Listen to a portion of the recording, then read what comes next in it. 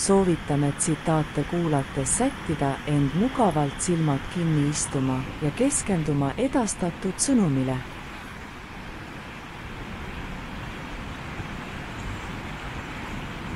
Tänaseks arutelu teemaks oleme valinud väljendi. Kui otsus ei tule lihtsalt, siis ei ole õige aeg otsustada. Vaatleme veidi lähemalt, kuidas otsuste langetamisega veidi paremini toime tulla.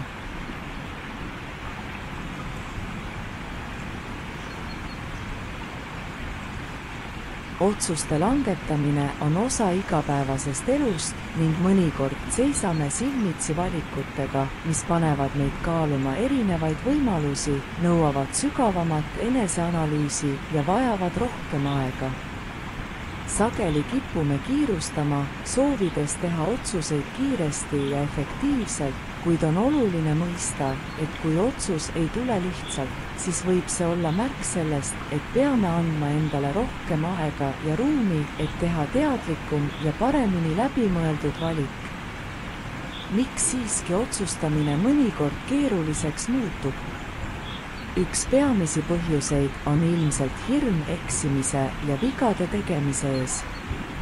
Iga otsus toob kaasa tagajärjed, mis võivad mõjutada meie elukulgu ja seetõttu kardame teha valikuid, mis võiksid meid valele teele juhatada. See hirm võib muuta isegi lihtsad otsused suureks koormaks. Lisaks hirmule vigade ees võib otsuste tegemist komplitseerida ka teadmatus. Mõnikord puudub meil piisavalt teavet või kogemusi, et teha teadlik otsus. Kas osta see maja või mitte? Kas valida uus karjäär või jääda senise juurde? Sellised küsimused nõuavad tavaliselt põhjalikku uurimist ja kaalumist, mis võib olla aeganõudev protsess. Otsuste keerukust süvendab ka olukorra muutuv iseloom. Maailm ümbritseb meid pidevalt muutustega, mis võivad mõjutada meie otsuseid. Mis tundus eile õige valikuna, võib täna tunduda vale. Seega on oluline mõista, et otsuste tegemine on protsess, mis võib nõuda pidevat kohanemist ja uuesti hindamist. Kuidas siis toimida, kui seisame silmitsi raske otsusega, mis ei tule lihtsalt? Üks esimesi samme on anda endale aega. Otsustamisega kiirustades võime jätta tähelepanuta olulised tegurid ja võimalused. Seetõttu on oluline võtta aega ja lubada endal mõelda, kaaluda erinevaid stsenaariume ja lasta otsusel küpseda. Teine oluline samm on teabe kogumine. Otsuse tegemiseks vajame tihti rohkem teavet, mis aitaks meil mõista valikute tagajärgi.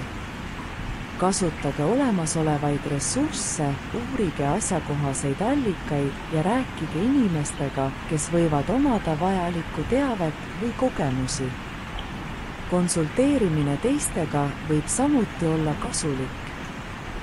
Sõprade, perekonna või spetsialistide arvamused võivad anda uusi vaatenurki ja aidata teil mõista, kuidas erinevad valikud võivad teie elu mõjutada. Samas on oluline meeles pidada, et lõplik otsus on teie enda kätes ja peate ise langetama valiku, mis sobib teie vajaduste ja väärtustega. Plusside ja miinuste kaalumine on veel üks tõhus meetod, mis võib aidata otsustamisel selgust tuua. Koostage nimekiri otsuse plussidest ja miinustest ning analüüsige, millised on erinevate valikute eelised ja puudused. See aitab teil paremini mõista, milline valik on teie jaoks kõige sobivam. Lõpuks usaldage oma sisetunnet. Kui midagi tundub teile õige, siis see nii ka tavaliselt on. Teie intuitsioon võib olla võimas juhendaja, kui tegemist on isiklike otsuste langetamisega. Nagu öeldakse, esimene mõte on alati õige. Otsuste tegemine võib olla keeruline ja aeganõudev protsess, kuid see on oluline osa elust. Iga otsus, olgu see siis suur või väike, kujundab meie tulevikku. Seetõttu ärge kartke anda endale aega, koguda teavet, konsulteerida teistega ja usaldada oma sisetunnet. Oluline on teha teadlikke valikuid, mis põhinevad teie isiklikel väärtustel ja eesmärkidel. Mõnikord võib otsuste tegemine võtta aega, kuid lõpuks aitab see teil jõuda õigete ja rahuldust pakkuvamate tulemusteni. Aitäh kuulamast ja järgmiste kohtumisteni!